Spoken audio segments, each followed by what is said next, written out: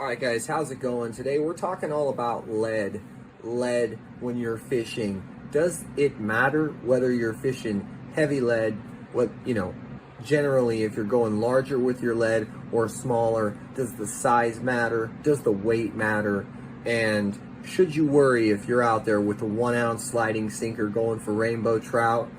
Or is that more of an appropriate situation for catfishing? Today we're going to talk all about that kind of stuff.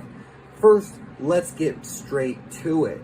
The golden rule: go as light as you possibly can. You'd be surprised how light you can get away with fishing a lot of the baits that you want to fish the way you want to fish them. So consider this.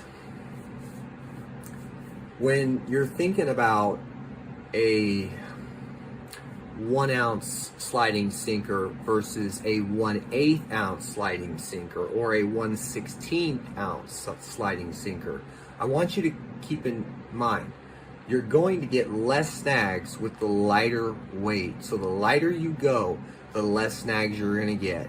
Okay, so that heavier weight, the heavier weight is going to get you a lot more snag ups. You're going to lose a lot more rigs. You're going to lose fish because of that weight.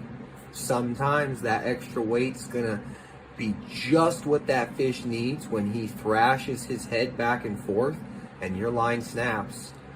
That weight being too big can be the difference between catching, landing, not catching, and not landing. It's a big difference, guys. So the size of your weight lead, it matters. Every bit of it matters. Golden rule number 1: go as small and light as you possibly can for what you're doing. Let me give you an example. When I'm fishing for catfish, I generally will go with a 1/8 to a 1/4 ounce sliding sinker.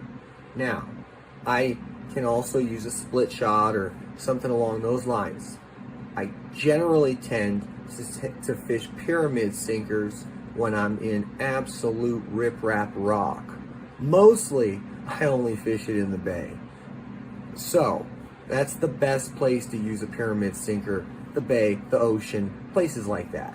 Now, let's talk about these weights kind of in the cylinder shape. A lot of those are absolutely, in my opinion, I don't have much use for them, and they haven't done me any good. Split shots are great, and let's also talk about when you guys are trying to get to the bottom.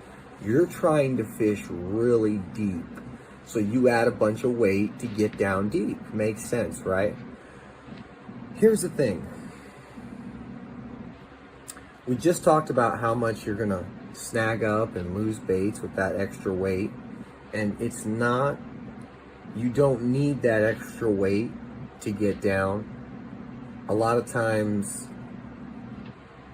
I've gotten to 112 feet with a 1/16 ounce sinker on a drop shot bait, so I fished that very effectively at 112 feet, and that's pretty light. Now, I understand that took a little bit of patience, but what I'm trying to say is, if you long line your bait and let it go out a couple 100 feet from your boat, close the bail, you're gonna have good odds at hooking up. So you got that light sinker, it's gonna slowly come down the water column, and eventually it's gonna hit the bottom or right near the bottom. And usually when you're trolling or you're drifting or you're doing that kind of technique, you're going really slow. You're going 1.2, 1.1, all the way to 2.8 miles an hour. So your bait's not going to be pulling off the bottom too much. Now, if you need to get down deeper, you can always add some weight. But what I'm trying to tell you guys is the biggest mistake you can make is putting too much weight on.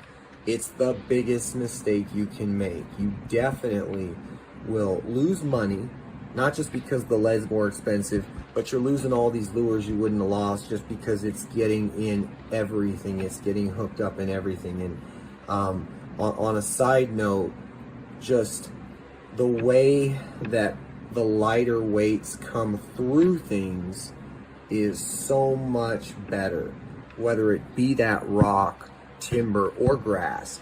But weights matter, sizes matter.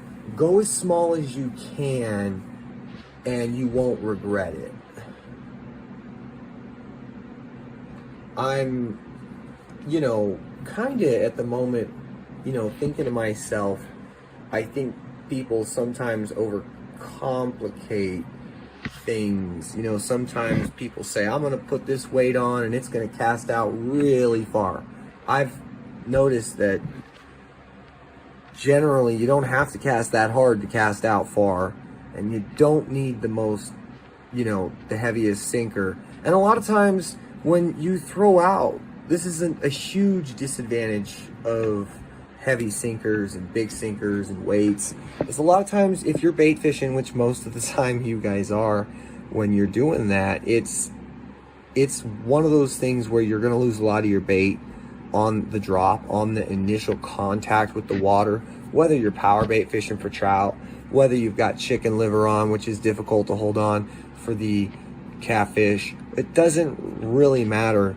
The point being, big weight is a big mistake. So hope this video helped, guys. We're talking weights, we're talking sinkers, lead, and in general, this applies to all different materials. Whatever materials they might be out there. They make tin sinkers and aluminum sinkers. I'll tell you, those are some garbage.